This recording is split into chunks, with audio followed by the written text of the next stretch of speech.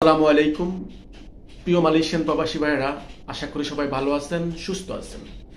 আজকে আপনাদের সাথে পাসপোর্ট সংক্রান্ত হাই কমিশন থেকে যে নতুন একটা আপডেট তথ্য এসেছে সেটা আপনাদের সাথে শেয়ার করব। অবশ্যই ভিডিওটা কন্টিনিউ করবেন। তো প্রিয় মালয়েশিয়ান প্রবাসী ভাইরা, পাসপোর্ট অফিসের ঠিকানা পরিবর্তন জরুরি বিজ্ঞপ্তি হাই কমিশন থেকে কুয়ালালামপুর, মালয়েশিয়া। মালয়েশিয়া বসবাসরত সম্মানিত সকল প্রবাসীর অবগতির জন্য জানানো যাচ্ছে যে বাংলাদেশ হাই কমিশন পাসপোর্ট উইংয়ের জন্য আমপাংস্থ পাসপোর্ট সার্ভিস সেন্টারটি আগামী 7 মার্চ থেকে 13 মার্চ তারিখ পর্যন্ত মেশিন রিডেবল পাসপোর্ট সংক্রান্ত যাবতীয় যন্ত্রপাতি সরঞ্জাম স্থানান্তর কার্যক্রম পরিচালনা করবে। এই সময় Bangladesh high commission machine readable passport কার্যক্রম বন্ধ থাকবে। আগামী 14 মার্চ থেকে শুক্রবার থেকে মেশিন রিডেবল পাসপোর্ট কার্যক্রম কুয়ালালামপুর নিম্ন ঠিকানা হতে পরিচালিত করা হবে। 30 জালান আমপাংস্থ KL WP 250 কুয়ালালামপুর, মালয়েশিয়া। তো প্রিয় মালয়েশিয়ান প্রবাসী ভাইরা, আপনারা অবগত আছেন মালয়েশিয়া অবস্থিত বাংলাদেশ হাই কমিশন ওনারা ওদের ভেরিফাই ফেজে একটা আপডেট তথ্য দিয়েছে পাসপোর্ট সংক্রান্ত।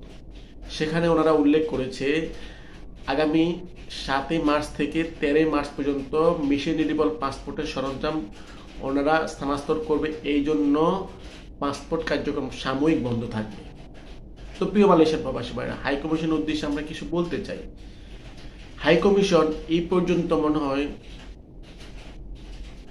আগামী 2 থেকে 3 বছরের মধ্যে প্রায় অনেক জায়গা পরিবর্তন করছে। এখানে কয়দিন, ওখানে কয়দিন, ওখানে কয়দিন, মানে এরকম করতে করতে আমাদের মালয়েশিয়ান প্রবাসীরা একটা এত হেনস্থা শিকার, প্লাস তাদের কারণে আমাদের অনেক প্রিয় মালয়েশিয়ান প্রবাসী ভাইরা বৈধ থেকে অবৈধ হয়ে গেছে। কারণ পাসপোর্ট যদি সঠিক সময় না নিতে পারে, পাসপোর্ট যদি সঠিক সময় ডেলিভারির হাই কমিশন না করে, তাহলে আমাদের প্রবাসী ভাইরা কি অবৈধ হতে হয়। কারণ কি, পাসপোর্টের কারণে ভিসা রিনিউ করতে পারে না। তো এরকম করার কারণে আমাদের প্রবাসীরা যেরকম হেনস্থা শিকার হয়, আমার প্রবাসীদের যেরকম ক্ষতি হয়, এটা আসলে আমাদের হাই কমিশনকে আজও বুঝে না বুঝে ওনারা কাজ করে, অবগত আছে কিনা। আর এইসব কারণে পাসপোর্ট অফিস কয়েক মাস পর পরিবর্তন করার কারণে কিছু দালাল চক্র আছে, তারা কিন্তু আমাদের অবৈধ প্রবাসীদেরকে মানে বিভিন্ন রকম ভাবে তাদেরকে কনভার্ট করে তাদের ক্ষতির সম্মুখীন হয়, আমাদের প্রবাসীরা ক্ষতির সম্মুখীন হয়।